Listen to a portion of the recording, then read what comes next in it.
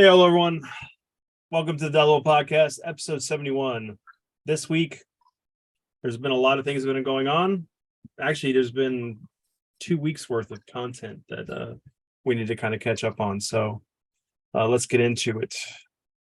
David, I know you went and saw John Wick 4. I haven't had a chance. Actually, none of us have had a chance to go check it out. So you want to kind of give your take on it? Well, funny thing about it, I actually wound up seeing it twice on accident. I was supposed to go see it with my dad and my brother, and then my dad ended up dropping out for health reasons, and my son begged me to get him out of school to go watch it. And it was there was no way the timing was gonna work. So then I wound up watching it that afternoon with him. So yeah, and watching it twice in a day isn't too bad because it's a pretty darn good movie. One of the big, I don't know how much of a secret it is because I think it's been talked about a little bit online, but this movie has what many would consider the end of the series, right? Of Wick.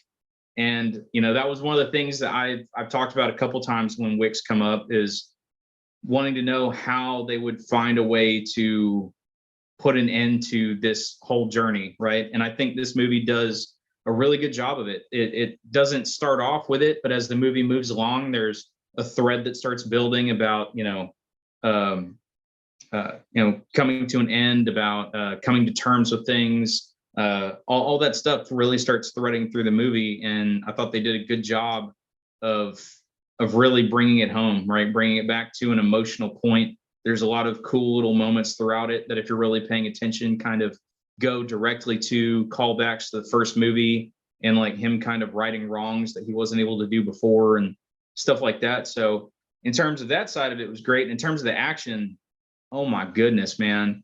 Like there's a scene in it that uses dragon's breath shotgun shells that, if you don't know what those are, just go Google them, go watch a YouTube video, and then imagine someone with a very large magazine filled with them in a shotgun going around just doing John Wick things, right? With that kind of a shotgun, with that kind of shot in it. And it's the way it's shot, man, the coloring of it is just everything. The cinematography, all of it is so gorgeous that the same day I saw a headline that the director is trying to go towards making a Ghost of Tsushima movie that he wants to do in black and white. And I'm just sitting there thinking, man, after watching this movie and all the movies he's done before this, my body is ready for the next thing this guy's going to do, because it's been great so far. Yeah, that was kind of why they originally wanted to film 4 and 5 back to back. There were plans to be a 5th film, and then by the time they got through with this, they were like, "Hey, both him and Keanu were like, we've reached a stopping point. This is a good stopping point." And he was talking about, "I want to go to Japan and I want to film this. I've been waiting and wanting," and that was his plan. And Keanu was like, "Fine, you know what? I've got other projects." He wants Constantine too. There's a couple of other films. And then, don't you know it? It becomes a blockbuster, and that studio starts raking in that cash, and they're like, "Whoa," and yanked him back in. So yeah, and if they do a 5, I just don't know what they're going to do with it. I don't know. I guess they technically left themselves just enough slack in this to go and try and do a sequel, but I don't want them to do that. If they need to make a 5, I would prefer them to go back and tell a different story, right? Before all this, don't mess with this ending. Leave this ending alone and go and tell some other. I get that, it's not like Keanu's getting younger, right? And so it might look a little weird to do some kind of prequel movie with him, but I de-age him. Yeah, they have to do that. I would rather them do that. Don't show his mission, right? Don't show the mission that he did to get out. Leave that mystery that deserves to be left alone, right? Leave that alone and leave this end alone, and go tell some other story in this universe, which I'd be fine with. But that's the only 2 things that I want them to do, is just leave those 2 things alone and go find something else to tell, because clearly they're imaginative enough to come up with some pretty crazy stuff. And so just go do that. Just go wild. Just leave those 2 moments in the series alone, and it'll be great. You And could do a here's the whole, thing. you could do a whole professional thing where he takes on a new rising star and be a mentor. I think they've created this wonderful world. Go and tell somebody else's story in it. Expand on the universe Right. as long as you don't screw around with what you've established. Correct. Play around in that sandbox. Know your parameters, but go hog wild because there are enough characters in here. I would love to see some of their stories. Yeah, I mean, just in this movie alone, they established two characters and enough enema between the two of them, and that's what the post credit scene stinger deals with those two characters. You could easily go tell a movie about the two of them. I think it was my brother who told me after the movie that he had heard something about them doing a prequel movie called The Ballerina with Anna de Armas or something like that. I didn't go and look into it to see how realistic that was, but considering the background that they give John Wick in this, it would be, I guess, another member of his quote unquote family, right? His clan. That is what that would focus on, and like do that. That's great. What happened I to thought that it was going to be like a What? spiritual connection, not actually. I didn't think Ballerina was a actual sequel or anything in this. I thought it was kind of like in that same vein, but I'd have to look it up. Yeah, like I said, that was just something that my brother threw out at me after the movie, and I didn't really have time to go really check into it. So that was just what I heard. But yeah, I mean, just do something like that, right? And if you do a movie like that where it is another character and it happened earlier in this universe, then you could bring Keanu back, right? If that's what they need, that for that star power to draw people back into this, which I don't know how much of it's Keanu and just how much of it is how well shot and awesome these movies are. Like, I think you could go in and establish more people and build on this a little bit. I mean, you don't honestly, it doesn't even need in the John Wick universe. Just go make great action films. Like, go make great non-superhero action films and let's call it good. Keep the steady cam, keep this similar photography and choreography, and just go wild. Yeah, I mean, that's one of those things where we definitely need more good quality action movies like this. I love a Raid 3, but maybe I don't know. Raid 2. do I it think I very would have. visceral. I think I would have retired after that if I survived that whole thing. I think the last place I would want to be is near anybody who wants to fight. I think Let he's sitting alone on a with beach blades. somewhere. But speaking of, a well-trained expert at gun kata and everything, I've been watching and finished the first season of Trigun: The Stampede. Excellent, very good. It even sets it up to where, in a way, it kind of is a prequel to the original series. Not officially, but the events that happen kind of prelude to what happens, how Fash becomes the $60 billion double dollar, bounty. And then on top of the fact of him creating the chaos that destroys July City. It's really good to get to see Meryl and her character at the beginning. And then same thing with Wolfwood. It's very good. The animation's good. I mean, story beats are great. It's very dark compared to the original series. Even like you get more in-depth story on what's going on between Fash and Knives. And it ended the way I thought it was going to end. So I'm looking forward to season 2. I don't want to get too much into this until we could all watch it and talk about it, because there's a lot of good stuff in it. And like I said, the animation grew on me. It wasn't too bad. But when it got into that, like, there's moments when you're watching it, it feels like it's hand drawn. Like you're pulled out of that whole look of like that cell shaded animation or that animated style that they've been doing lately with certain anime series. But it's great. It's really good. Opening music's good. Closing music's good. Great. I'm happy. They did a great job taking care of my favorite anime. So the great thing is that the original kind of deviated from the original source a bit. This brings it back in line. And so if what we've heard is true, the second season will be kind of retelling the events that we got from the original 26 episode series and kind of taking the stuff that they introduced in this and carrying it through that part of the story. So I'm kind of sad to see that there are going to be some elements that cannot be fixed. But overall, I loved it. And so I haven't finished it. I know we talked about that, you did, and I'm looking forward to it. It's just another one of those series that, once you get started, it's really sad when it's over. That ends pretty quick. Yeah, because I mean, they've been releasing it every week. So the 12th episode aired on Crunchyroll last Friday. Wow. And but they've been a week behind. No, they're 2 weeks behind with dubbing it.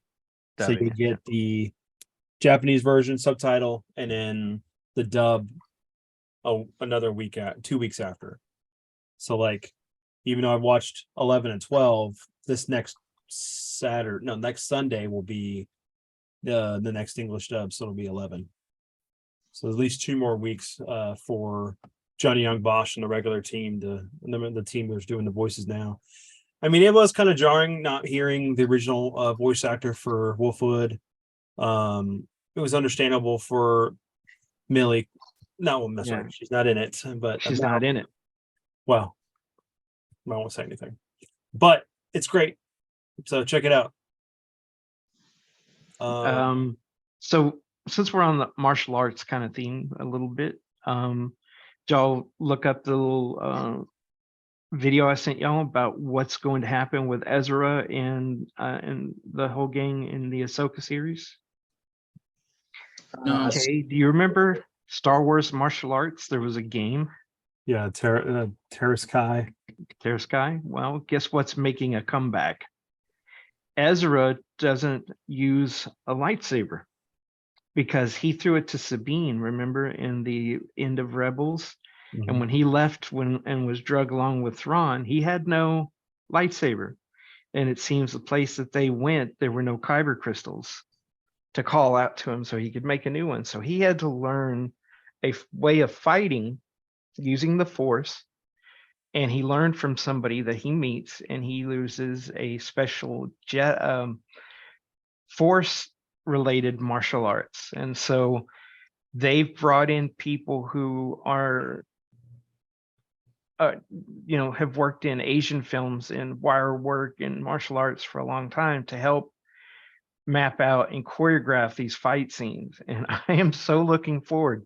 We've had Westerns. We've now had samurai tales. We've had political intrigue. And now we're going to get martial arts in Star Wars. That's how you grow something. You give, you take something and you put it in and you add a little bit of flavor of something different each time. So I'm kind of looking forward to Ahsoka, more so than I have been anything else.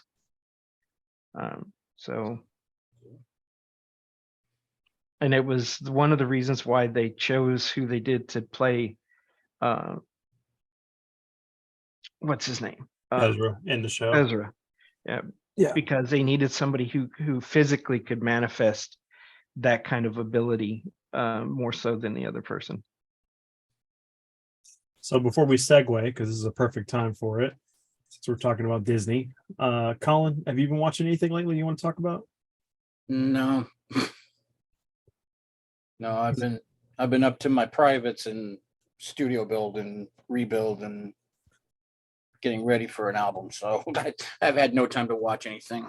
Okay. But I'm making notes, and I am gonna check out Trigun. That's definitely high on my list. And since I have Hulu, I can catch it there in some degree. Yeah. Well, and I just got the Doom That Comes to Gotham, so we'll be all watching that.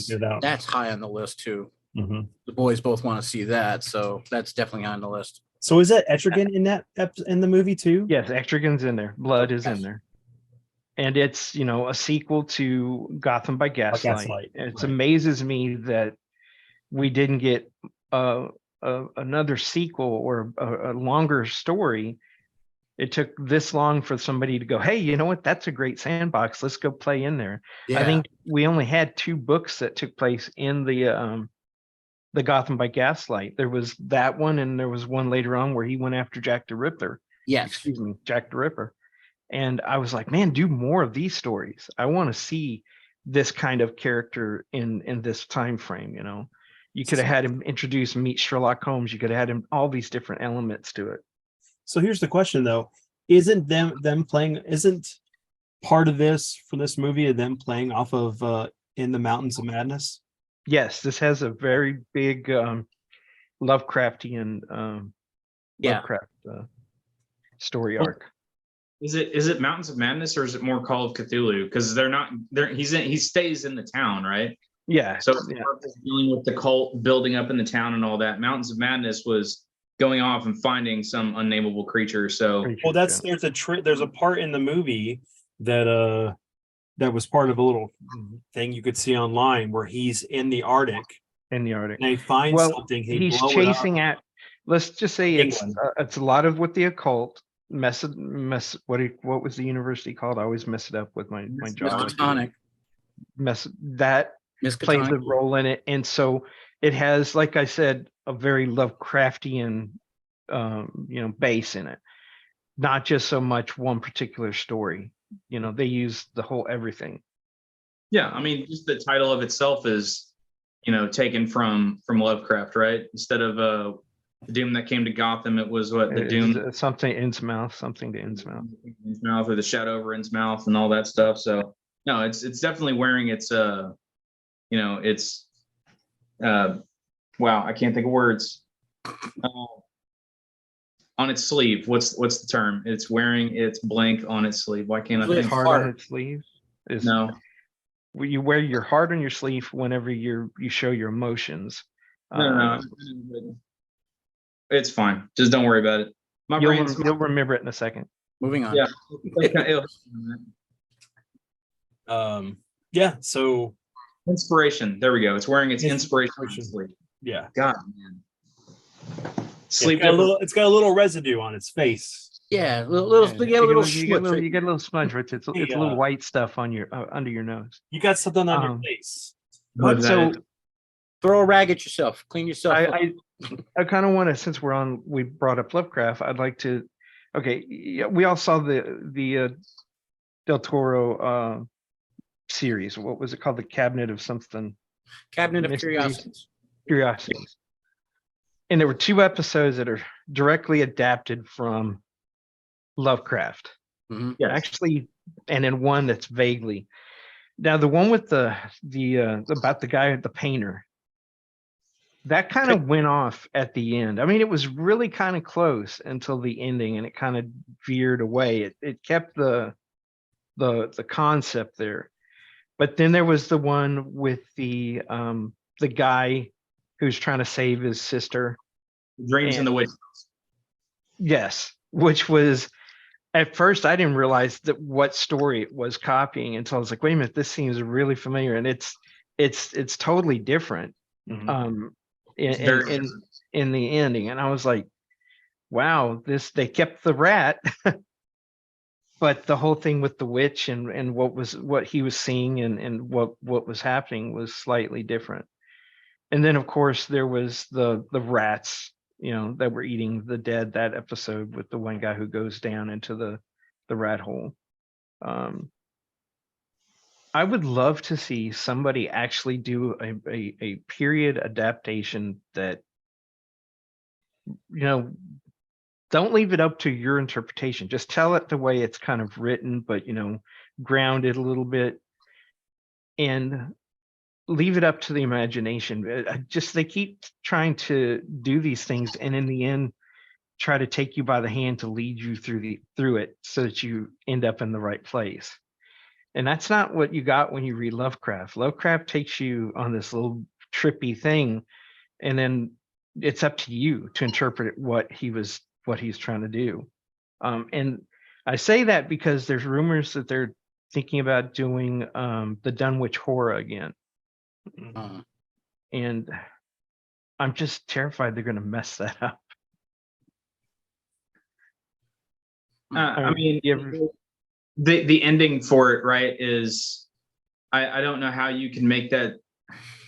It would be interesting, right? And I guess you, instead of the person being way back away from the ritual that they're doing to banish the other Watley brother, right, into the outer, Outer, you yeah. know, that she could be closer, or the main character could be closer to that event, so you're not directly seeing it, but maybe like you're spying things through the trees as she's like making her way up to it, and by the time she reaches that point, then it's been banished and gone, right? Because I do think that Hollywood would want to show you a full-on shot of, here's the thing that was invisible, right? Because it should be invisible the whole movie, It's a whole movie, yeah. and then try to show it, become visible to the naked eye as it's being banished off and all the rest of that stuff, or doing some kind of change like that. I can definitely see them trying to do something along those lines with it, but I don't know. Lovecraft and just cosmic horror in general it's a cool thing when you're able to do it right, and it's so difficult sometimes to really nail that feeling that you should get from that type of horror. Well, did you ever see Jacob's Ladder, the original one? yeah. Oh, yeah.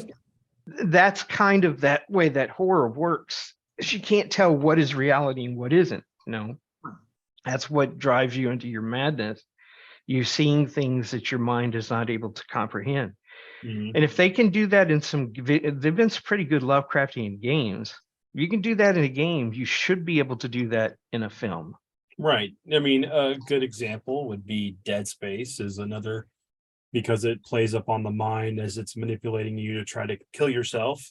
Plus, you got the cult there that's trying to manipulate people as well, and in the creatures themselves.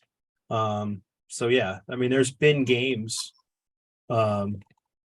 I mean, you could technically even in a way say that Resident Evil 4 is kind of fits in that vein a little bit. I think what was the prequel to The Village? Oh, you're talking about Biohazard?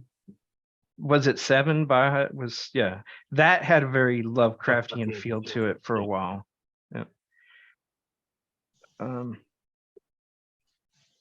Yeah, I just wished I had the money. I just go to him and say, look, you've wanted to make In the Mountains of Madness. I've wanted to see it my entire life. Make it. Here's I a don't here's care a, if anybody else watches it. I'm paying for it. Just make the damn movie here's and $1 let me billion. watch it. Here's $1 billion. Go make In the Mountains of Madness. And do not let Tom Cruise involved in it. 8-foot blind albino penguins. Damn it.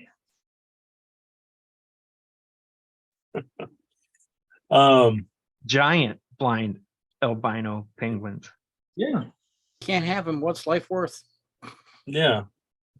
Who needs elder things and Shoggoths? I want albino penguins. That's what- No, I want to see the Shoggoth. That's I what want- I want to see. I want to see. Have y'all? There's 3 movies that I started watching with my granddaughter, and it's Harry Lovecraft or whatever. It's like the son of H.P. Lovecraft trying to find where his father went. And there's like the underwater kingdom. There's the one where they go to the Arctic. And then there's the last one, and they are fantastic. Animation is like, but the stories are really good and disturbing, and the fact that my granddaughter just sit there and watched them with me and talked about it just kind of frightening in itself too. More or less disturbing than that one child's show with the claymation figures where the kids are following around Mark Twain and they meet the literal devil at one point. Have you ever seen that? Yes, yeah. So more or less creepy than that, where he creates an entire town and then murders them all in front of them. All right, now I gotta know what that is. I've never seen that, and now I want It was a claymation type movie. It was about Mark Twain. That used to be on Netflix at one point. I don't think it's been on there in a long time. Let me find it.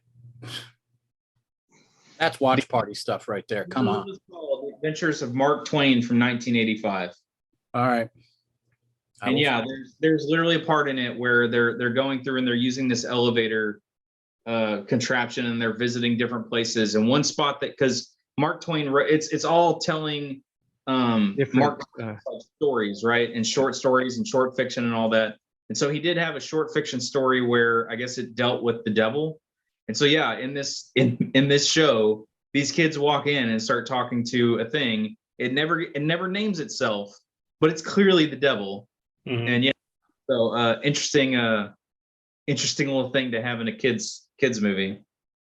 All right. I'm going to have to find that. So, just a segue. We're talking apocalypse stuff. Those of you guys who don't know, there was a Terminator RPG role-playing game system that came out last year. I got it, I think, right around December by Nightfall Games. Well, they're doing Terminator 2, an expansion. So it brings up even more stuff about like what modern day 90s time for Terminator would be, especially in the apocalypse side. Looks good. It just went out live on Kickstarter. I'll have all that down in the description. Just wanted to mention that. I'm looking forward to backing that.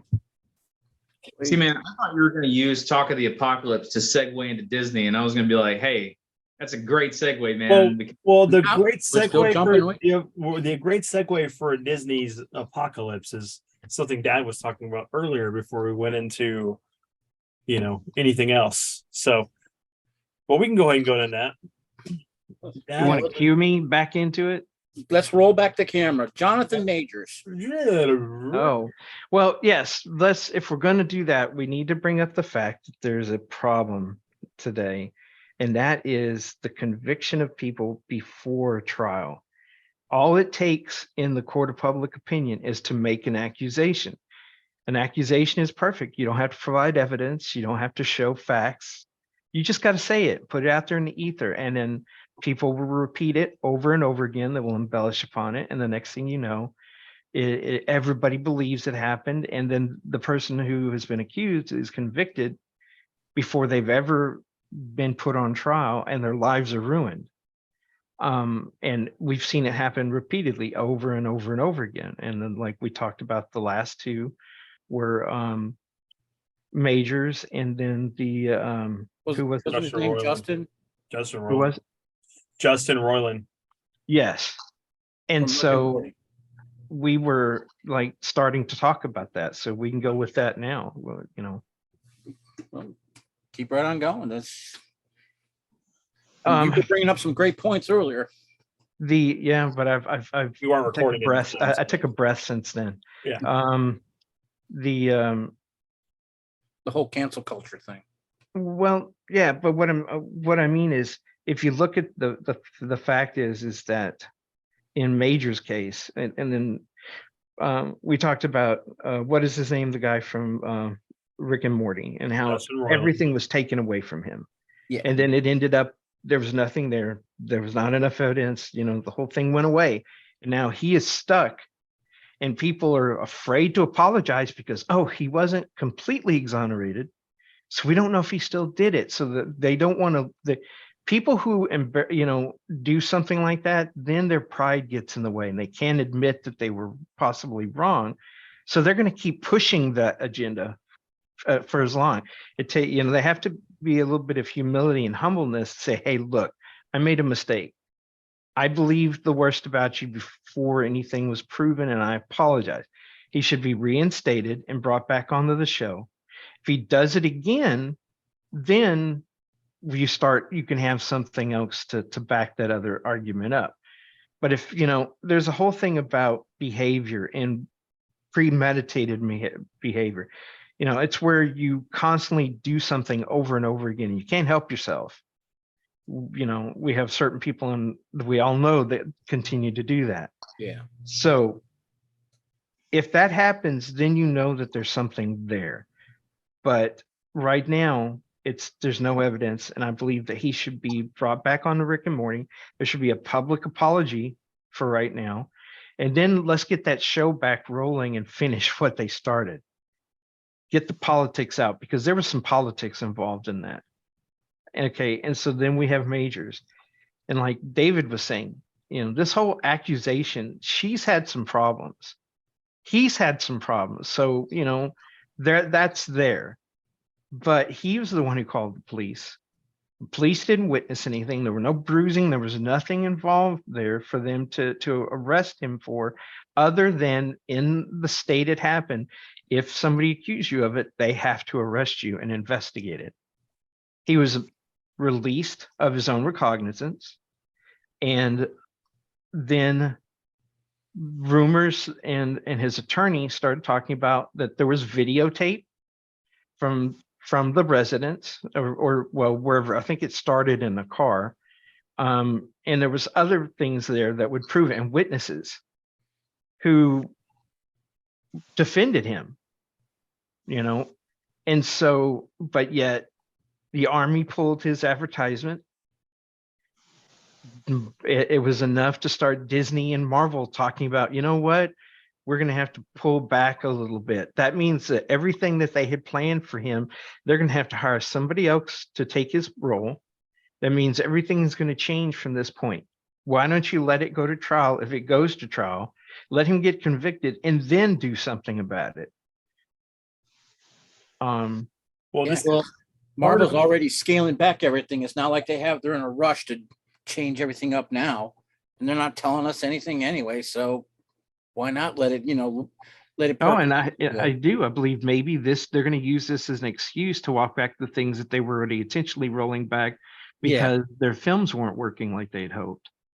Well, and part of what muddied the waters with Majors is the fact that you had, you did have other filmmakers that had worked with them that came out and started making some vague yet pretty nasty sounding allegations. Like one of them called him a sociopath, if I remember right. Right. So it's like, but then after the interview was done, I think it was that same person. Once they heard about the full extent of the charges that were being levied at him now, they kind of walked back what they said a little bit, and they said, no. Basically, it was more of an emotional manipulation that he tended to do, and nothing ever went that far physically, right? So I think that's where you have different cases with all this stuff, where you want to give people the benefit of the doubt, right? And you don't want to just go off of the hearsay of everyone else who said, oh yeah, well he was really mean that one time, or I saw him yelling at someone, or he has a short temper and stuff like that. You don't want that to be an immediate thing that causes you to damn a person at the first allegation, right?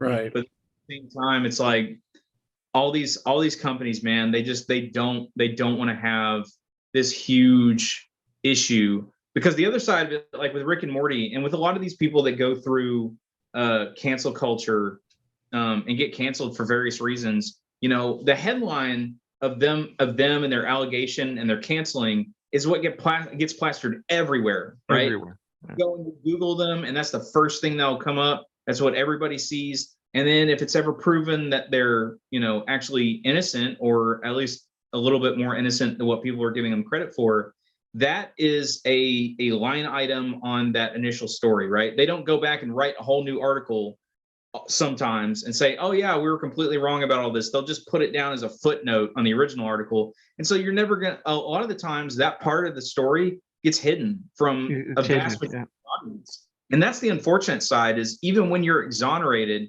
publicly, unless you do like what Johnny Depp did and you go to trial, your trial gets broadcast to God and everybody, right? And everybody's talking about the water cooler. Unless you can generate the same amount of press that got you canceled to uncancel you, then it's going to be a little while until someone's willing to take the shot and bring you in and then slowly reintroduce them back into the populace, right? Well, and then everybody jumps in on the bandwagon too. Once one person starts bad-mouthing, everybody wants a little bit of that notoriety. So, oh yeah, I remember he did that to me, or I remember when they did that to me. And okay, well, why didn't you say that 10 years ago, 15 years ago, 20 years ago? Why do you have to wait till now before you bring it out? Are you writing the fact that somebody else was brave enough to go and say something? Or are you riding that, because, but what's the old saying in Hollywood? Bad news is just as good as good news, or Yeah. publicity. Any publicity is, All publicity is good publicity. yeah. And so there are people who will ride that to get themselves back into the limelight, to give them that one more chance. I think we've gotten away from the rule of law, and our defamation laws have become so laxed, that you can just pretty much say anything you want Yeah, and just go, well, it was my opinion. Yeah, no, not Well, getting your opinion- consequences. Yeah. Your opinion spread to 100,000 people, and they went in and burnt the guy's house down. So it wasn't just your opinion anymore. And that's where I think a lot of the law and things haven't caught up to social media, right? Like the law, judges, a lot of people just don't really have an appreciation for how fast, how rampant, how just ravenous people get when there's any blood in the water, right? And you have to be either you have to be stalwart enough, or if you're underneath someone else, the people that are employing you have to be stalwart enough to understand exactly what you're saying. Hey, we're about to have to deal with a firestorm for a couple days, maybe a week, right? Of just being battered constantly. Everyone everyone around you that just being battered day in and day out, threats, all this nonsense. And then finally, once you get beyond that and the initial shock of it cools down, that's when you can actually start finding out the facts and getting to the heart of it. It's just no one is ready for the mob, right? No one is ready to open up their door and find the pitchforks and torches all standing out there, chanting your name and wanting you struck from everything, wanting you fired from everything, wanting to have your kids taken away, wanting all of it gone. And we've gotten so reactionary about everything. It's crazy. And it's this weird thing that the internet has inadvertently created, where everyone just, the second someone of any kind of notoriety or power points a finger, then everyone under them, and then it just becomes this social contagion that spreads out and just floods at whatever the target is. right. It's horrifying. And the sad thing too is that when it's one thing when it happens to celebrities, but then it happens to normal people, Yeah, and they're just their regular opinions about what they feel, and then people strike them down, and then their life's ruined. They don't have the money or the clout to bounce back like these celebrities do. Well, and on top of that, right, not only the normal people that get devoured by this and then their lives are ruined, but then you have the people that really had something happen, right? That actually went through some of these horrors, yeah, and they want to come forward, but the person who just came forward, it turns out, well, they were full of lies and all that was bull, and they were just trying to get a paycheck. And so now you're feeding a level of doubt in people who were encouraged, right? They felt like, I can step forward now. But then before they get the chance to step forward, this person turns out they were lying. This person was a gold digger, right? And all of a sudden that courage they had is now not only undermined, but pushed even deeper into a hole of worry and frustration of, man, I thought, they thought before, if I came forward, everybody wasn't going to believe me. Well, now if I come forward, not only is everybody not going to believe me, but now that mob is going to turn on me and start calling me a liar, just like this. And they're going to start pointing to all the examples that just came up. And that's really heartbreaking, because there are horrific monsters that are out there that deserve to be found and deserve to be punished. And it just requires the right people to step forward. And all these other assholes need to quit this nonsense of trying to get in the limelight, trying to snatch that bag from somebody, and actually let the real victims get out there and tell their stories, so people can be the right people can be brought to justice. Well, and it's like, what's his name? What was the director? The guy that headed the studio. He was a known predator for years. Weinstein. Weinstein, man, the guy was a scumbag, and he had everybody knew it, but he was so powerful that nobody wanted to listen to him. And then those people who were the brave enough ones to come forward first, Rose McGowan. they, they took the backlash from it. But then as more people came in and brought evidence, it's one thing to bring evidence. It's another thing to go, hey, I told this person back then at the time this happened, and they're my evidence. Well, that's not evidence, and if I could say anything to anybody, if something bad happens to you or somebody does something to you, call the police. Document. That is, document it, yeah. take pictures, go to the hospital. Don't go Seek help. hide. Don't help. go, Don't go to I ground. know that when like when that guy beat me and I was laying in the street dying, I made sure I told people. I didn't go, yeah, I'm a man. It hurt my feelings. I'm going to go home and just not talk about it. You have to be able to be strong enough for yourself and for others to protect them from these people to come forward at the time when something can be done about it. The longer you get away from that point, the further you get away from the time of the incident, the harder it is to prove. Right. And then that's when we add to this problem. Well, and there's other sides of that too, Dad. You look at Chris Cornell and Chester. Both of them committed suicide because of the molestation and things that they had go or whatever was going on in their lives that they just couldn't break. Even the success of things that they've done and everything, they just couldn't hide from the demons that haunted them. And Corey Feldman talks about it all the time. All the time, yeah. And How the fact that all those kids that in those movies we grew up watching, how they were abused. They were abused by a and system given and by people in drugged and- power. Yeah. Mhm. Yeah. And Hayne killed himself. the that's the thing, is that there are a lot of childhood actors who were abused by the system, and I don't know why, but I maybe it's overprotective parents, and sometimes it was part of the parents just turning a blind eye because of the money coming in. Right. I mean, look But- after the Little Rascals, You mean the Our Gang. right, but especially Beretta, what was his name? Robert Blake. He was abused by a parent and then by somebody at the studio. Yeah. And it drove him to drink and other things. And Then of course David Cassidy. yeah. Jack Cassidy was apparently just a monster behind the scenes. Yeah, well, he was a great actor, but he was not a great human being. Let's Yeah. put it that way. Same thing with Bing Crosby. But that's digressing.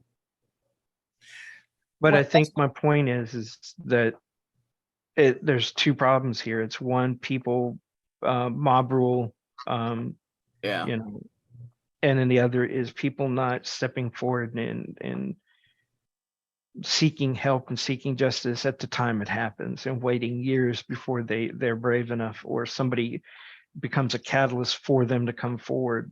And then we end up with where we are today in society. Or the system doesn't help them.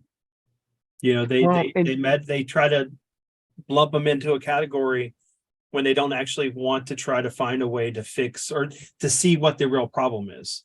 Yeah. Well, the Hollywood has always tried to keep stuff quiet Mhm. to protect their investment, Yeah. and then even going back further than that, one of the first rules in law back in the day was you attack the victim.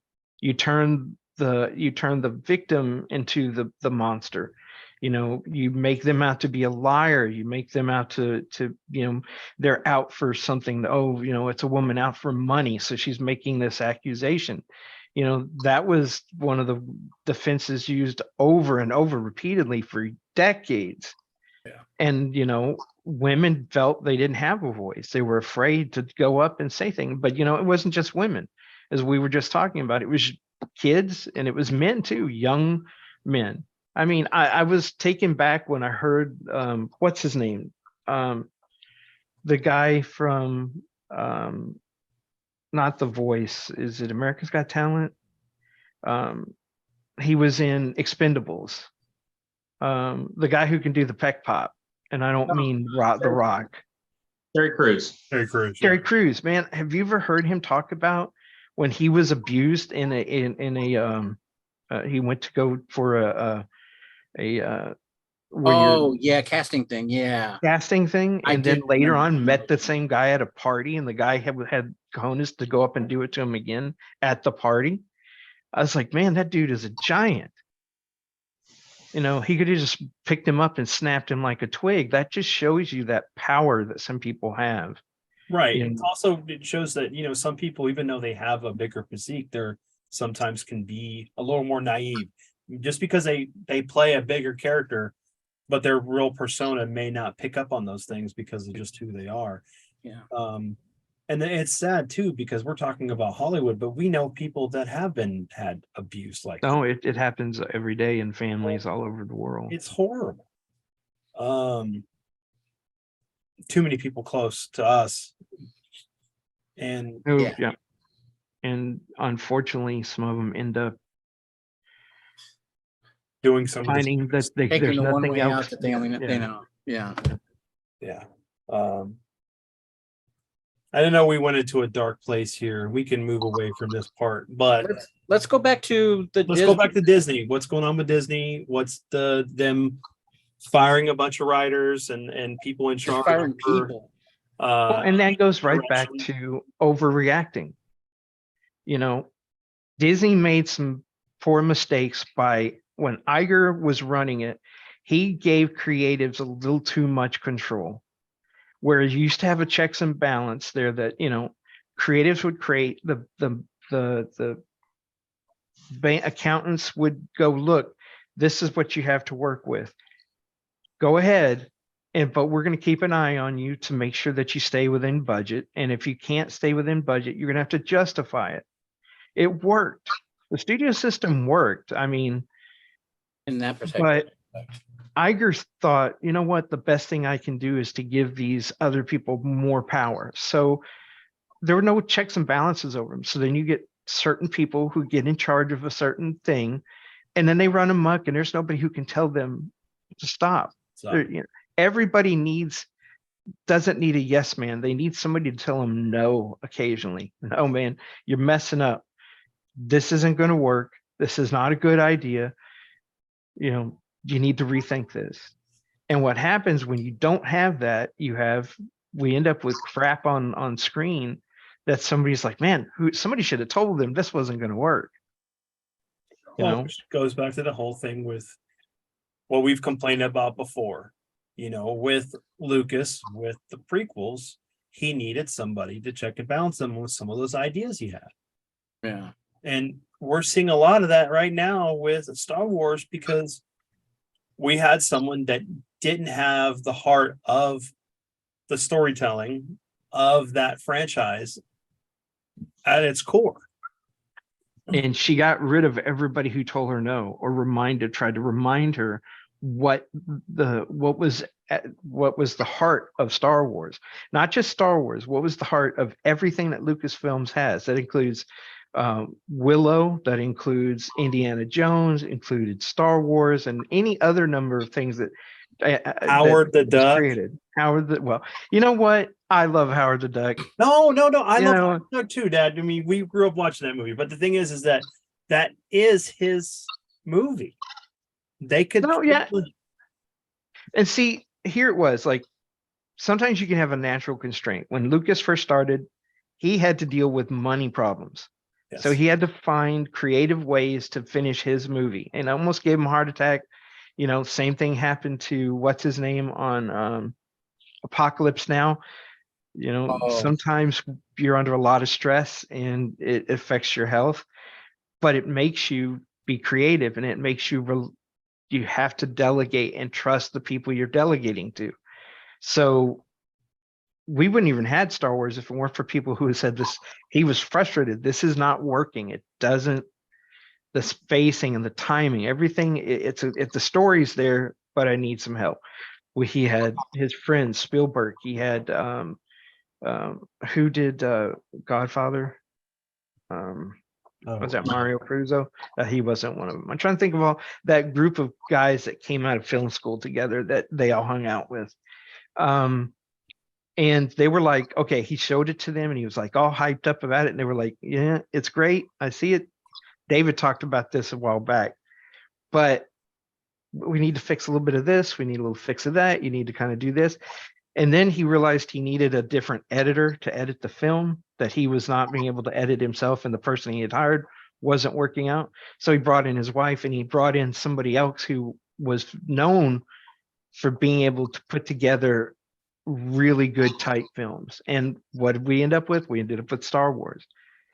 When he went to go make the sequel, he remembered, hey man, I almost killed myself making this film. I'm not going to do that again. I'm trying to create other things. I'm trying to do all these other special effects and studios and computer and all these things I'm doing. I need somebody else to take the lead. So he hired a production group to help do that. He hired a director. He wrote the story. He hired somebody to help him write the story. And then he let somebody else do it. But he stayed on the set to make sure they didn't deviate from the original framework premise. that he had set up. Same thing happened with the third one. All right. Well, by the time the third one happened, he had enough money to do what he wanted. He had what we call stupid money, and he went stupid. So once he did the digitals, before he did the sequel, the prequels, you notice he changed some things that really didn't need to be changed. Now, some of it needed. We needed to see that universe expanded more. We needed to see more Coruscant. We needed to see some things. Cloud City. We didn't need to see Han all of a sudden not shoot first. Han shot Guido. I'm sorry. Well, Han knew exactly what Guido was going to do. And Han was like, you know what? Hey, look at that. Bam. Okay, that's what happened. Sorry. We didn't need to see them fixing. We didn't need another Spielberg taking the guns out of the FBI agents' hands and sticking walkie-talkies in them because it didn't fit. You know, it was made for a certain time period where certain things were acceptable. Leave that. Yeah. Fix There's the no things that needed to reason. be fixed. We didn't need to No see 15 reason. different types of explosions of the Death Star. Oh, I actually love Hey, that. I because love that whole. I love that because if you think about way the core and everything would explode, there would be more than one just. And you know, in space, there's not so much a fireball, there's more of a shock wave. Yeah. And so some of that was just the visual representation of those energy waves coming out. You know, that was one of my favorite parts of Alien. The first one was you see it go up, but we don't hear the noise until the shockwave hits the lifeboat, and then it's like shaking, you know, out of the, and that's where that rumble's coming from. Yeah. Because sound doesn't travel in space. Mm-mm. It would have just been, and if there was no medium for that energy to travel, then it would not have, you know, have affected anything. It would just went. Oh wow! Look, a massive explosion over there. So, Um, so you're telling me in the future we're gonna have ships that are gonna have sound effect makers, so that when No, I'm have a saying ship when that you're in gonna the hear it future, when explode we inside have the ship. fighter jets that fight in space, we're gonna have people blaring, you know, Opera sounds, the music. What is it? Zang. what was his name? Come on, you made me mess up. The guy who from Top Gun who did the song for it. The same guy who did Loggins. Kenny Loggins? Right? Yeah. Kenny Loggins. They're all going to be playing Kenny Loggins music, or you know, Wasn't it Polka? Queen. Mars Attacks? What now? Polka. Wasn't it Polka music from Mars Attacks? No. Is It's got to be Axel F. It's got to be the Yeah. Axel F song. Actual left from. Yeah. So, of course, you know, when you're making a movie, you've got to add something in there for the audience to see, or they'd be really boring. But now that we got sidetracked, I have no idea what the hell I was talking about anymore. Well, okay. So remember, we're talking about Disney and the fact that Kennedy wasn't having anybody kind of checking her on the direction she was taking in the franchise. Right. And that going back, the prequels, he had nobody. Everybody was saying yes to him. And that's why there were certain things broken with the prequels. I had to learn to love the prequels. I watched him when I first saw him in the theater. It was like, the first one was just a ripoff of New Hope Yeah. in space with a kid. And an alien we didn't like. I understood why he did something where he tried to make representation of people that we see every day.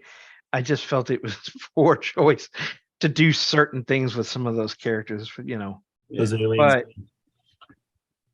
Clone War was kick ass. I really liked Clone War.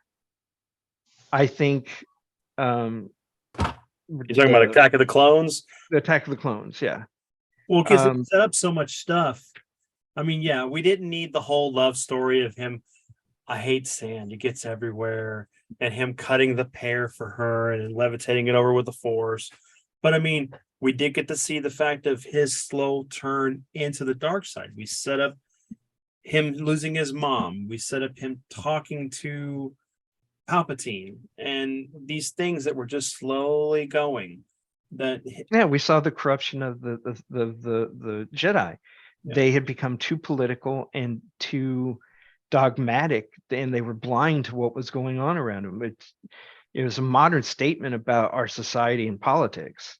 Mhm. And then I think he ended up not pacing it very well. And so by the time we got the third movie, he was like trying to cram all this information into that movie to fill all the holes. And he left more questions than, you know, anything. Right. Like, she just doesn't have the will to live anymore. What? Was there complications after the pregnant? No, she's fine. And she delivered the baby's good. Yeah, she's dead. But she just doesn't want to live anymore. What the hell? Give her, you know what? Give her a pill makes her happy. Give her, you know, do something. What we needed was Dr. Ball. Dr. Ball needed to show up and be like, no, what do you mean she has lost the will to live? And he just floats in there and Yeah, somebody just leans You know- over. Cheer up, bitch. We should have added a little bit of shaft to Mace Windu when he walked in there, knowing damn well that Anakin was going to betray him, you know. And give me your lightsaber. Which one? Darth The Maul one should that have shot says first. not Jedi Master. I mean, yeah. Which one is your lightsaber? The one that says bad on it. Oh, is this one it? Yeah. Hey, man. But that's, you know, I know we're getting off topic, but I mean, that's why I enjoy, like, Grievous. Grievous was a great villain. And, you know, we even got to see more of him through. I think we should see more asthmatics in movies. I really do. Hold on. Yeah, let's if we're gonna have inclusion, let's really ramp that up. I want to see a bad dude in a wheelchair, man. Just come and Exactly. start That's kicking what I people's was just ass. gonna say, man. The wheels have got lightsabers all around, so you got Lightsabers wheels on going them, up yeah. on you. Well, technically we did. He's called Darth Maul. I remember when we were first talking about this before the last movie came out. Remember, I mean, that's when I was talking about how I wanted to see that ending, and I wanted to see stormtroopers and you know, the bad guys coming down a hallway, and I wanted to see Yoda go to the other Jedi, and they all back off, and he goes,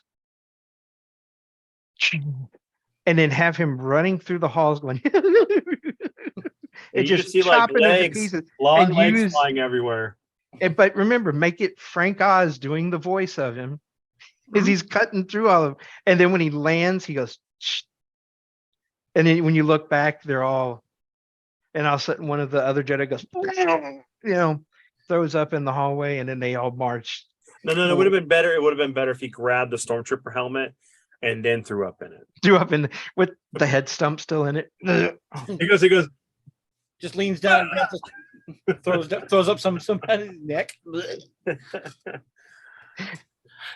The only way that could be any better is if Yoda had his lightsaber in a hilt and just went, and all of a sudden they're all cut in Oh, half. they're all dead, and you know, he's like, you didn't even see it happen so fast. Or he does a Jackie Chan, right? He's got the lightsaber on a chain. He's like throwing, puts his foot on it, brings it back under his arm, throws it again.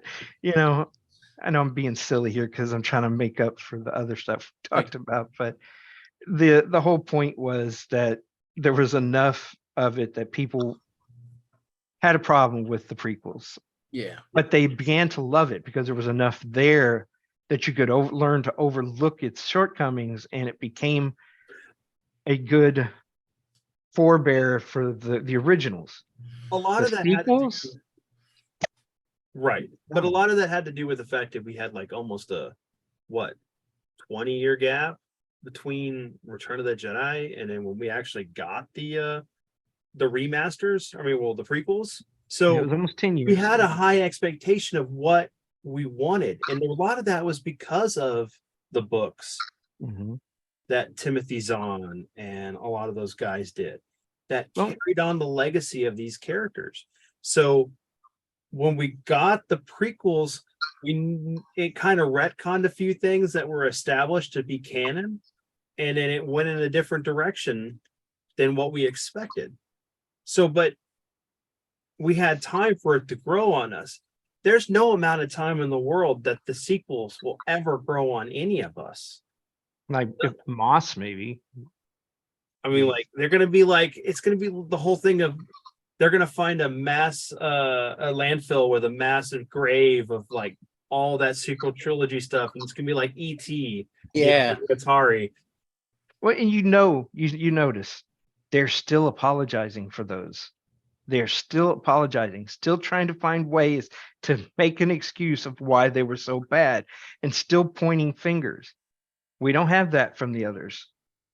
You know, they owned what they did wrong and tried to fix it with each consecutive movie. And no matter what, they were good films. No, the You know- yes. Well, and more than anything, right? You had at least characters that you could latch onto and remember. I mean, Ewan McGregor's Obi-Wan, it was so beloved, right? That whenever they came back to make that show, it was massive at first because everybody wanted to see him back in that role. Everybody wanted to see that happen again. Like you said, there was enough good there in the prequels that there was actually goodwill still resting in it. Yeah. And the sequels just, Force Awakens didn't really do it, at least not to me, because it was just rehashing A New Hope again, which it's like going back to that well again is kind of lame, but it was like there was at least kind of promise, and then Han died in a really dumb way, and everybody just kind of went, all right, well, we're never going to see Han, Leia, and Luke in the same room again. What's going on here? And then it just devolved down out from there. Even the characters that they introduced that they tried to make interesting in Force Awakens, they immediately undercut in the very next movie, like Finn, right? Finn had an interesting backstory, had a potential character arc, and then in the second, and then in Last Jedi, they make him this bumbling comedic relief character. It's like, why'd you do that? What are you doing?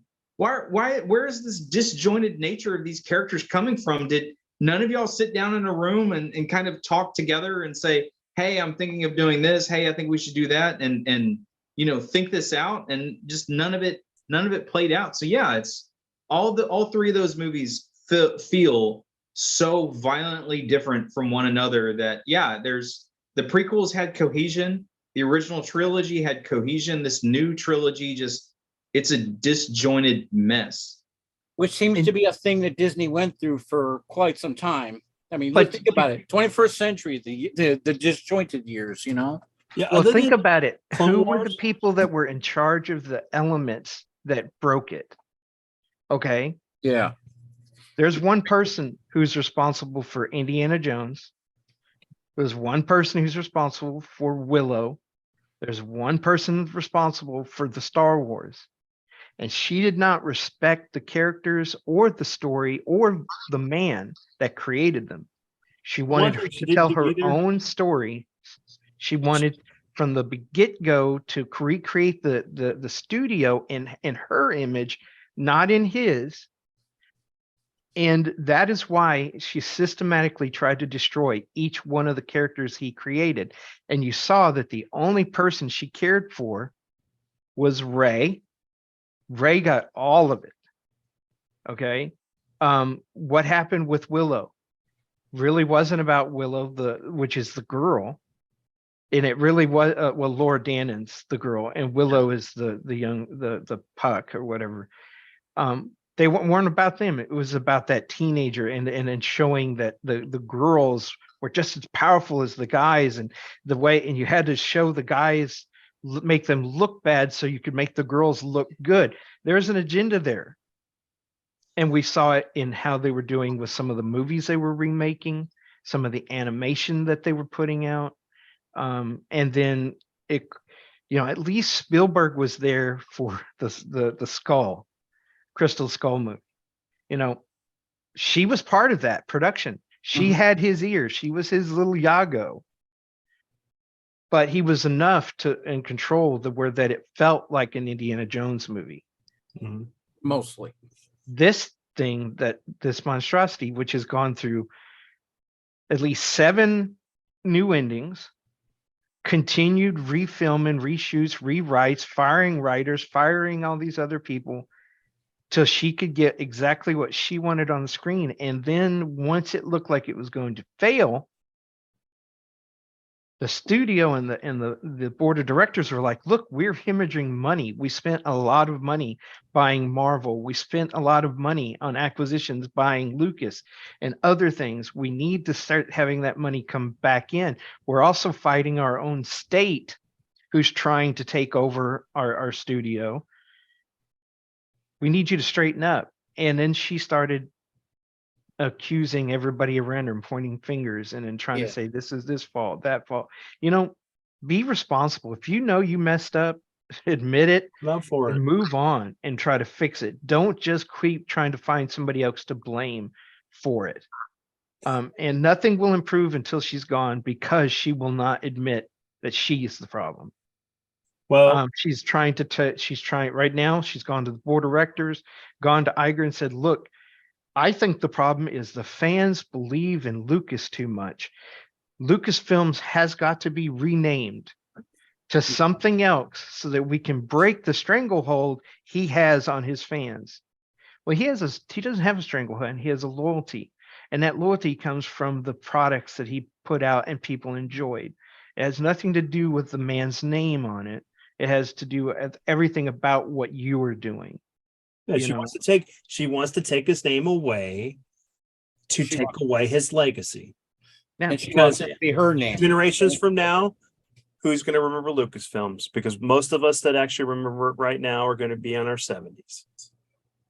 And if we don't teach it to our kids to understand what the legacy is, I mean, think about it. We got right now, we got the Turtles doing the same thing. Michael Bay ruined both those 2 movies, and then we have Seth Rogen ruining the new one.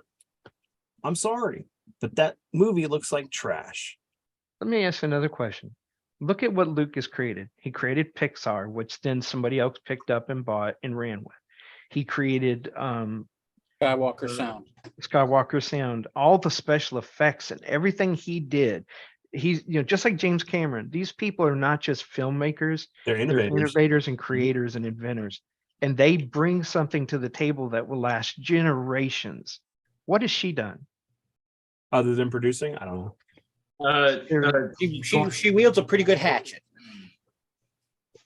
She wears, a hat that looks like Haas's hat on her because it's too big for her. I'm sorry, I'm not angry, but I am.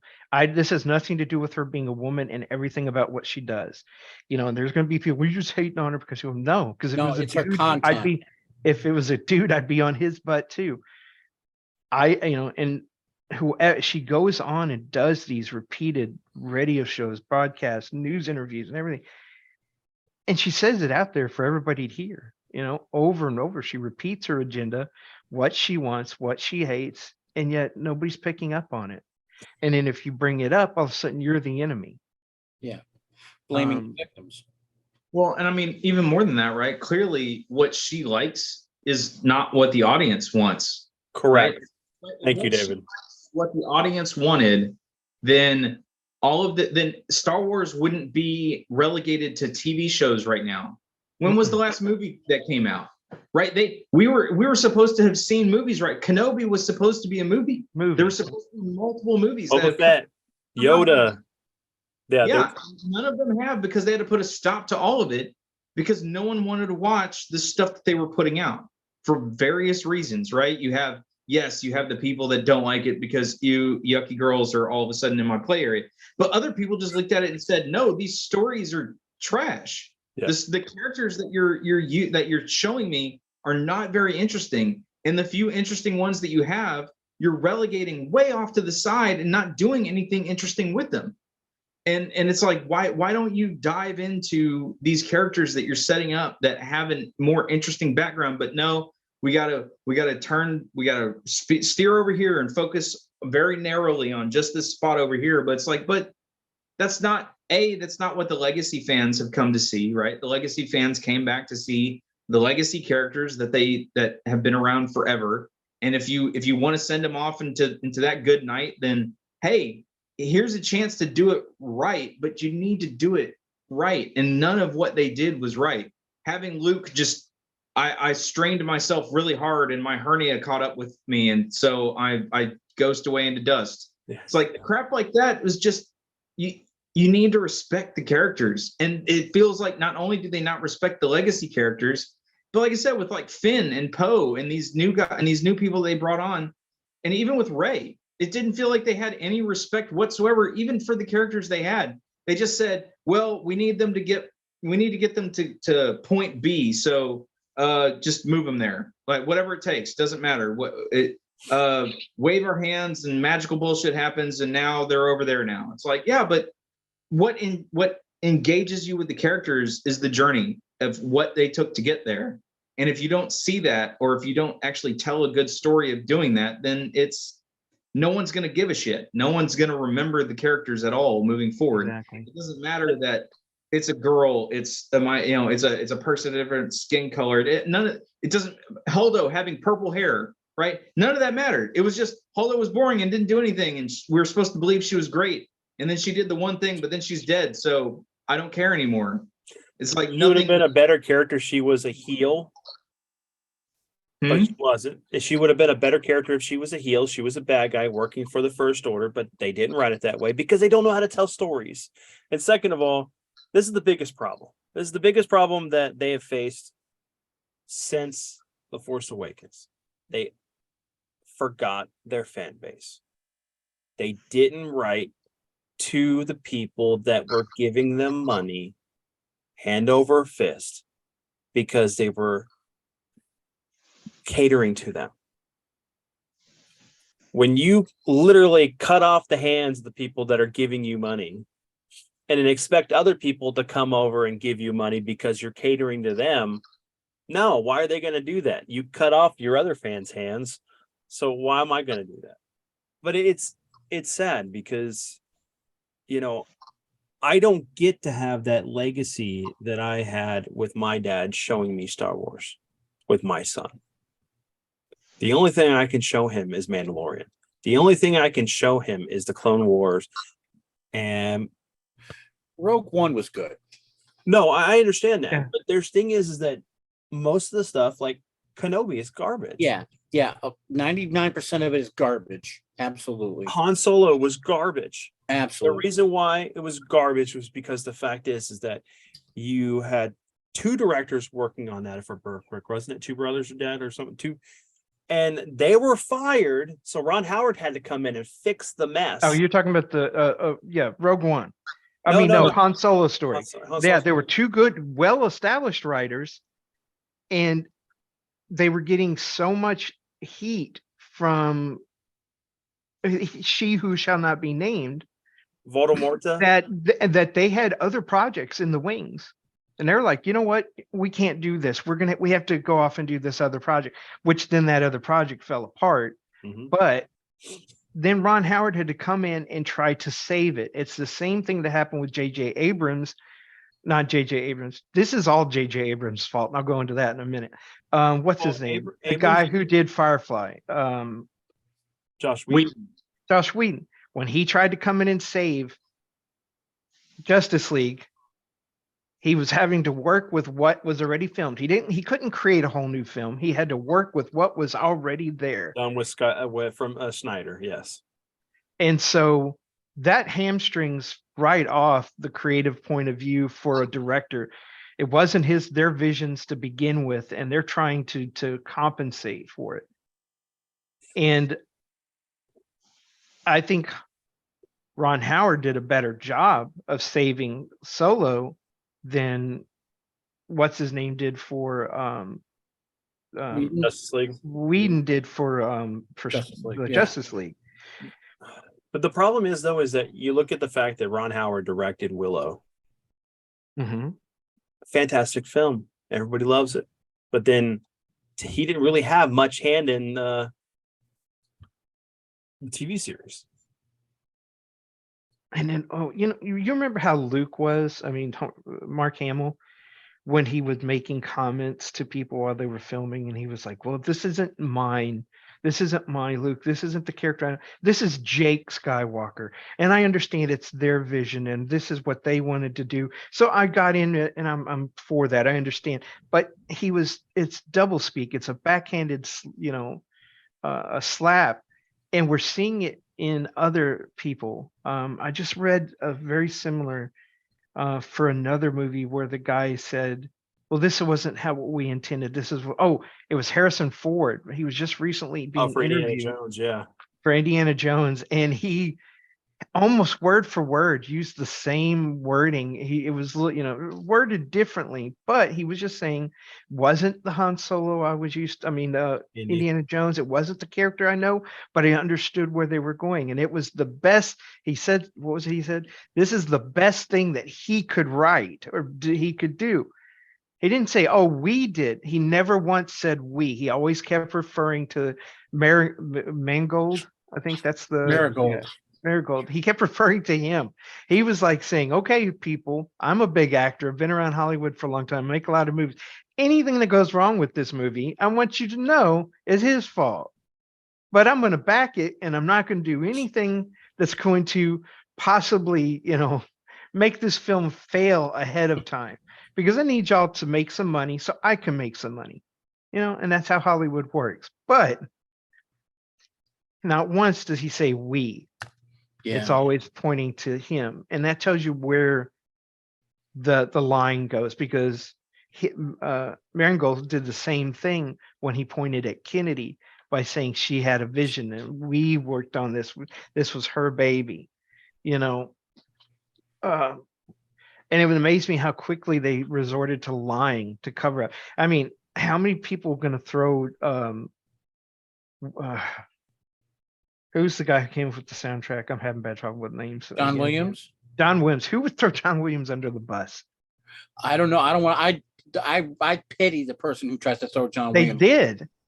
He said, he went to do a special concert, and he said, "I'm going to be going back and having to rescore the ending of the film." Oh, I remember that. And Marigold goes, "I don't know what he's talking about." He knew exactly what there was. There was no changes. They were hiding the fact that they were doing yet again more change. They're still doing changes to the film. They're still in production on that. Which is something Because- that was brought up just recently from like Doomcock and stuff, and some of the other news things. We're talking about the fact that Iger basically told Kennedy that this movie, this last Indiana Jones movie, either makes close to $1 billion, or he's going to fire her and humiliate her, just like they did the other lady who they fired from Marvel. Victoria And they're Alonso. not going to give. Yeah. They're not going to give. She won't She's even not get her getting bonus. She won't get her bonus. She won't get her golden parachute, which is what she's working hard for. She literally went to them and said, "You know what? In my contract, it says that I have the right to do one more movie or one more TV show. And since y'all killed my other TV show, I want to do one more movie." And they were like, What do you want to do?" And she tried to do something that would be her own version of Star Wars. She's got Acolyte, which has got plenty of problems and is being reshot right now. She's got Bad Batch, which is having to go back and do some refilming right now. And Bad Batch is supposed to be coming out soon. And now she's wanting to dip her hands into one more time to do a movie. She wants to do a movie.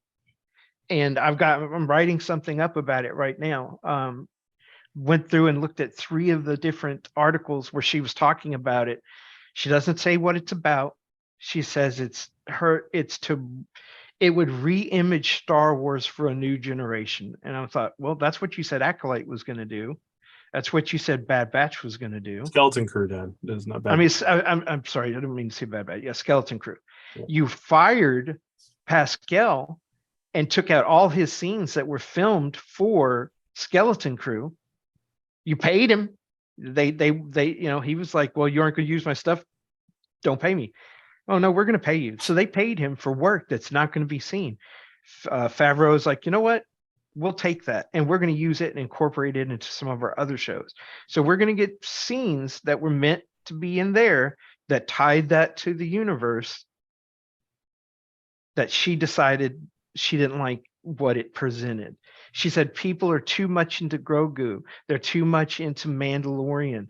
They're not the focus. Well, you know what? When you started this, you created the Mandalorian. This was one of her ideas. And it was originally to tell and take people away from Luke, to hide the fact that they denied the long-term fans from ever seeing the three main characters that everybody's grown up and loved ever being seen on screen together again. When I was watching and I saw Han die, I almost walked out because I knew right then and there I was never going to see the three main characters together. And throw Peter Mayhew in there and Chewbacca, Chewie. We weren't going to see him on screen together anymore, ever. And then Carrie Fisher dies, and I'm like, man, it's over. You might as well just stop and reboot the whole thing, because I knew this is what was going to happen. And Don't tempt them. No, don't tempt them, Dad. Just what they need to do. And I'm sorry, but they need to cut this limb off of the sequel trilogy and just go forward with the Mandalorian. Even though I know they both said that they will stay in this timeline as long as they can before they have to move over to the sequel trilogy. Yeah, the edict was, because Disney spent so much money on their theme parks and everything else to build up this whole new part of Star Wars, they have to return to that. But both Filoni and Favreau have said it doesn't have to be exactly like that. So we're going to get a lot of changes that could rewrite the history of the other. They'll still exist, but elements within them will change. And, that is a potential danger all unto itself, because if you don't do it right, and if you have somebody who's trying to sabotage you at every corner, that has the potential to just really putting the nail in the coffin. But she's gone. And most of the people that were her lackeys. I know they're slowly next year. They're supposed to, over the course of 2024 to 2025, they are going to restaff 50% of Lucasfilm. That doesn't mean Lucasfilm is going to survive, or what we believed and what we've grown to know that Lucasfilm was capable of will be there. Look at what happened with Pixar. Once Disney acquired it, they started making changes, and Pixar has not been the same since. No. What are you talking about? We're about to get Toy Story 9? What are we at? Yeah. They were coming out with new stories that weren't, Did you notice the fact that like HBO wants to focus on the core stuff because they know what makes them money? So what does that mean? We're not going to get anything new. Pixar hasn't created anything new. This new one they've got coming out about the emotions, not emotions, which is the sun, the heat. It's about the girl who's on fire. Her name's Ember. That's the first new thing, original thing they've had in a long time. Hold on. No, I know what the title is. I don't know why there's feedback, but I know what the title is. It's called Andy Gets His Woody Back. Oh my gosh. Sorry, I had to. I was just sitting on my brain. I had to do it. Dad joke there. Anyway. I guess because I'm trying to remember when exactly Pixar was bought by Disney, because I want to say it was around the time that Cars came out, right? And so they did Cars, and then Cars was the first. Was Cars the first Pixar movie that got a sequel, or did Toy Story 2 beat it? I thought Toy Story 2 came out. I thought it was Toy Story 2. Before Cars 2 came out. But but Cars was one of the first ones that it like, because Toy Story was beloved by everybody, right? And it was like, okay, you can kind of see that. Cars, and then we got, Cars 2, and then we got Planes, and we got Cars 3, and there's a million spin-offs of that GD series. And I wonder how much of that was Disney looking at it and being like, oh, hey, look, we've got like a billion toys we can make out of this. So we're just Yeah. gonna keep we're just gonna Kids keep love Hot Wheels. They love And- Hot Wheels with faces on them. So let's go. Man. Wow. Going down to toy aisle and you can just see just nothing but Cars toys. Of course, my nephew An had to airplane, have them. and My there was son- planes. Remember, My son There's had to have trains. them. Yes. Funniest thing. So the one thing that I will never forget about Planes was when I think it was the teaser trailer for it came out. I was in the movie theater. I don't remember what we were watching, but I had the kids there, and all of a sudden I hear the dun dun dun dun dun. And White Zombies, More Human Than Human starts playing. And in the back of my mind, I'm like, wait, I need to check my ticket. What movie is this? Are y'all playing More Human Than Human by White Zombie? Do y'all know what's about to come out in this song? Some very, very explicit lady noises are about to start happening in this movie theater. What is happening right now? And then it planes and all the cute little things and all that stuff. I'm like, oh, okay. We're in a kids movie. All right, they're not going there. Wow, that's an interesting choice of music for your. Is it really? If you look at Disney's history of sneaking adult stuff into their Yeah. animation Yeah. for generations. Look, I get it, right? The boner Little Mermaid cover, the bishop with his bishop, the dust in the Lion King. I get all that. Wait. But- No. You're showing your age. Go all the way back to the original Rescuers Oh, when they're God. flying on the albatross, and in the window is a woman naked doing her Pilates or whatever. I'm like, no, that did not. That was not there. But see, that stuff, you need to be looking. It's in the art, all that. When you just come out of the gate and you're playing a song that Okay. The opening sequence of Little Mermaid was a phallic symbol. huh? The opening sequence, the castle itself on the cover of the VHS was a giant golden rod. Right. No, I understand. Again, I understand that. That's It's C3PO? No. but again, as a little kid, And then and then there was the card that had that too. but again, stuff like Why that. is C3PO pointing over there and his hands are over here?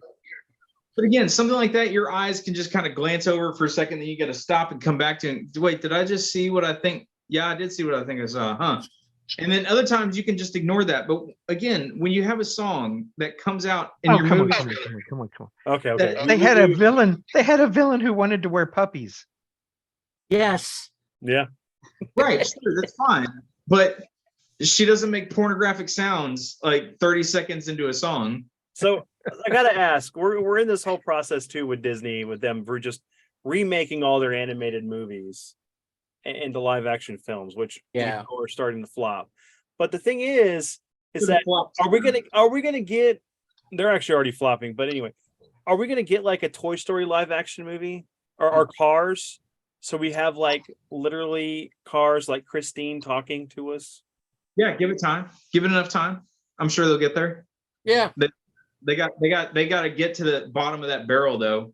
You got to. I think they're already there, man. I think what they should do is go back and redo their old movies and make like all the vehicles living. I want to see 20,000 League Under the Sea where the Nautilus is a living, smiling thing.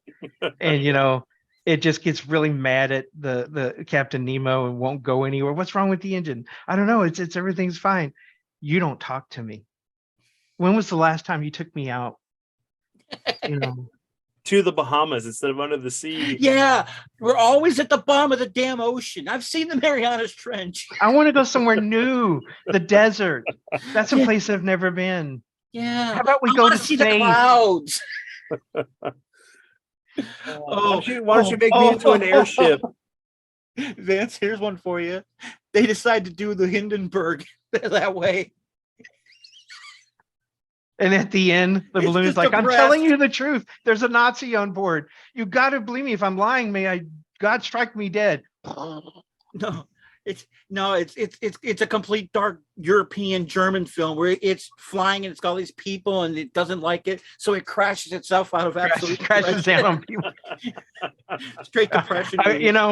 I could do something here, but we'd get in a real big trouble. no, So I have to be. I don't want to have to edit this episode. Yeah, I don't want to Enough have straight. to edit, it, but I will talk about it after we get through with this, because it goes right into what Colin was saying. Oh my gosh. We're bad. We're bad people. We acknowledge it, but we have good intentions. We own We it. have funny humor. We have this dark humor that we've always had, and Yeah.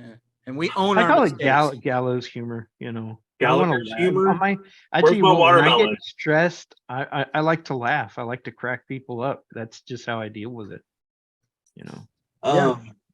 So wait, if I'm ever eaten by a shark, that he's gonna be laughing his ass off before he's done with that meal.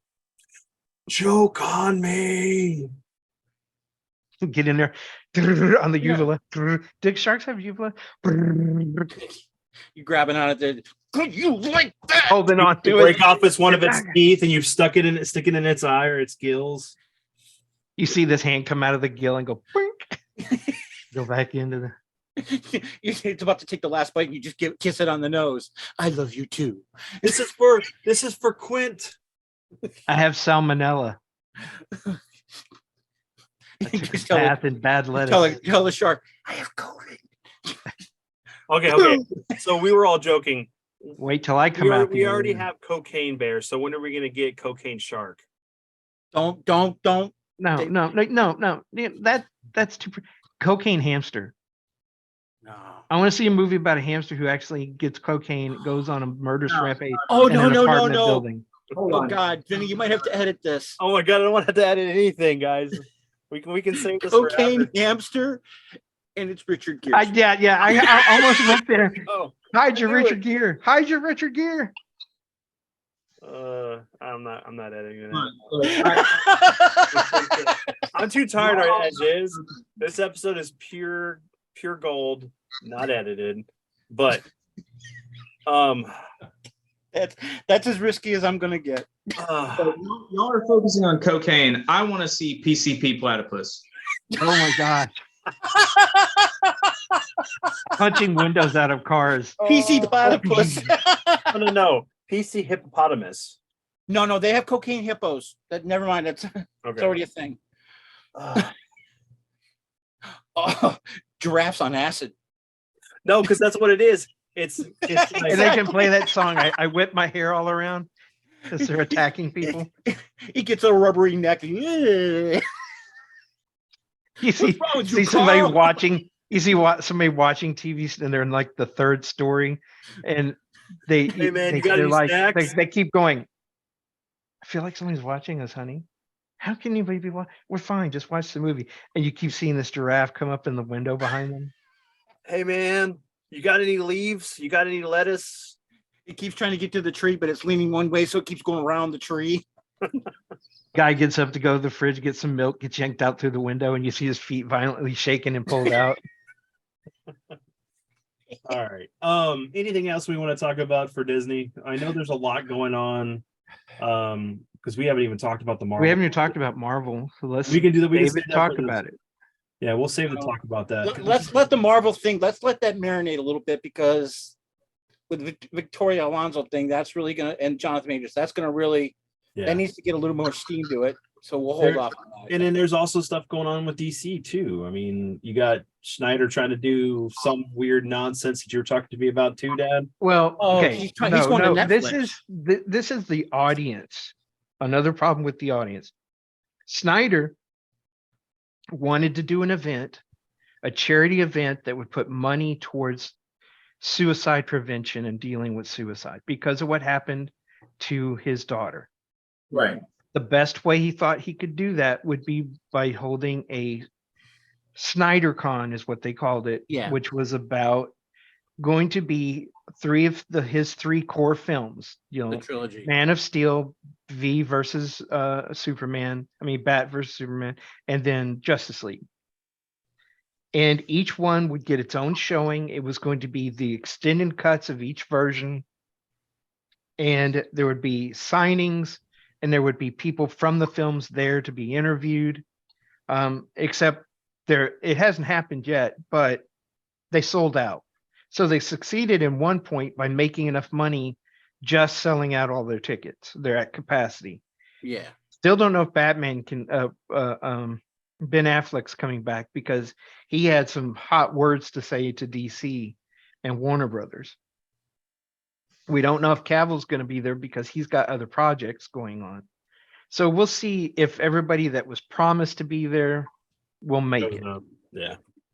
But the fans took it because to promote this, they created this poster. And this poster is the statue that was created after Superman died fighting Doomsday-ish.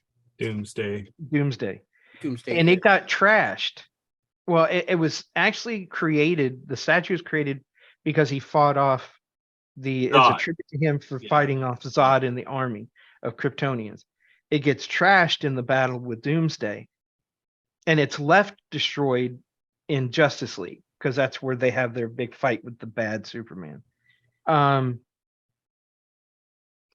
And so he had these little hidden elements. There's like some words on the steps, there's something in the sky, and all of it hints at it just being about these movies. They're all elements from these three movies. He is the third movie, Justice League, will be a theatrical version of his Snyder Cut miniseries, and it's going to be shown on IMAX. And so people took this as saying, oh, he's going to announce that Netflix has bought, the Snyder cut. They're going to make a new Snyder series. It's going to continue. Everybody was feeding their own wants and needs, their imagination. When Snyder never said it, and if you go and look at the interviews he gave, he actually tells them, no, I don't own this. I don't own the IP. It's above my pay grade. I can't do any of this. What I'm trying to do is make this money for a good cause using, the films that I made. And then somebody said, oh, well, he's going to reveal he's making 5 movies. And that came from another interview where he was talking about, in his eyes, his Snyderverse included the Wonder Woman and the Aquaman movies. So those are part of his 5-film Snyderverse. And it just amazes me, the people who are reading into stuff that isn't there. So is this the battle of the 5 Snyder? Well, it's movie? just that the audience has this great expectation that he's going to make some big announcement that might not be there. But watch, it won't stop them because he always gives them just enough to feed that conspiracy or that theorist thing in them. He'll say something during this. That'll be the next thing they pick up on and talk about. Well, Why it's going to continue. But I'm going to tell you, as far as I'm concerned, if I owned an IP and I've never licensed my IPs out to anybody to make a film about them but myself, why would I give that up? Because if they go, oh, well, it's just the Snyder. It's not just the Snyder Cut.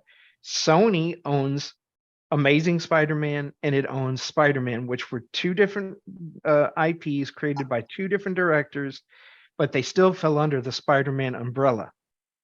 That is how that works.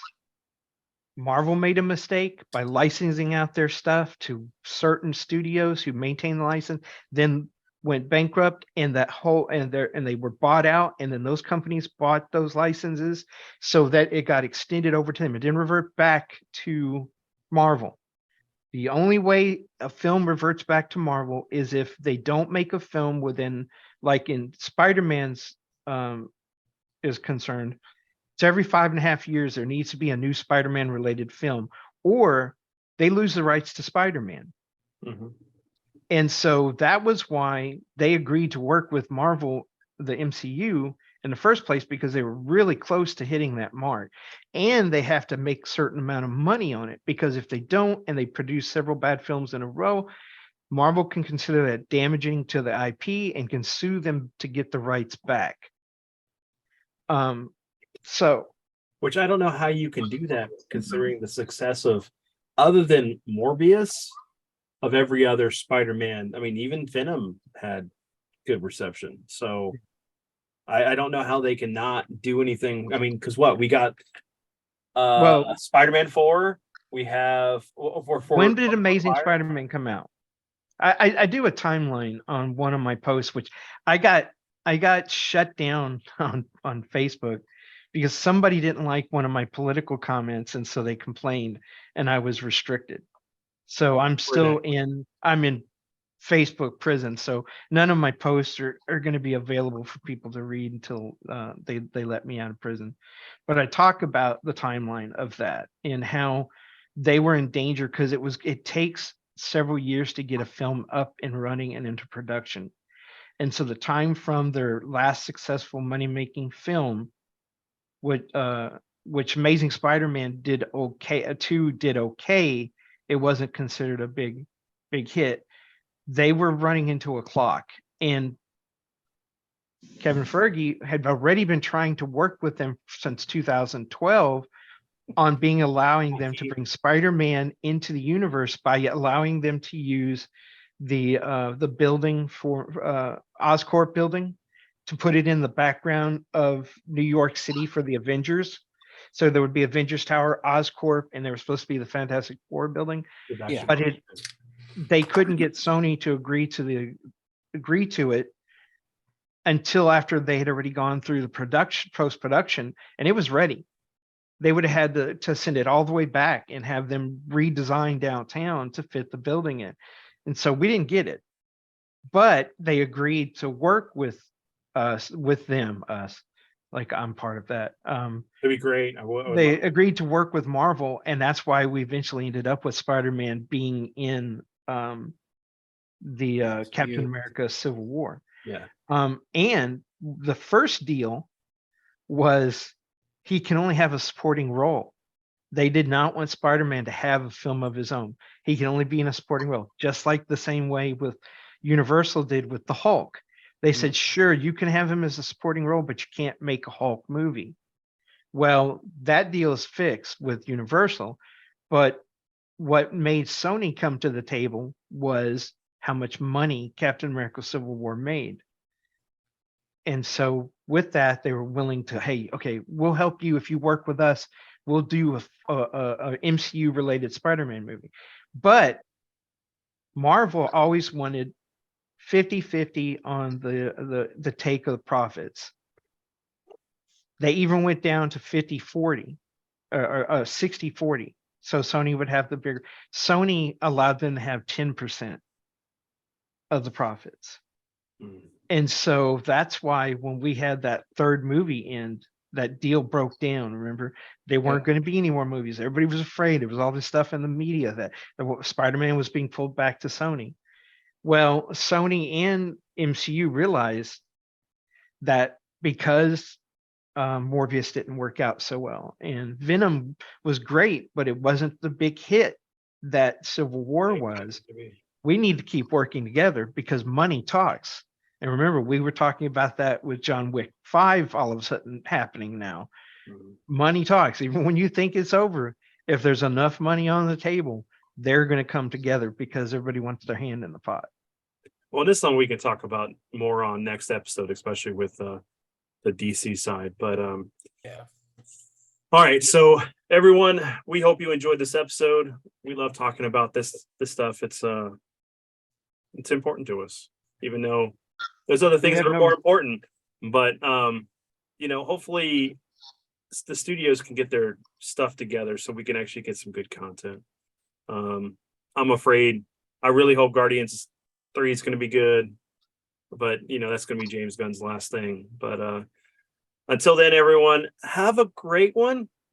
We'll catch you next week. Watch out for those giraffes.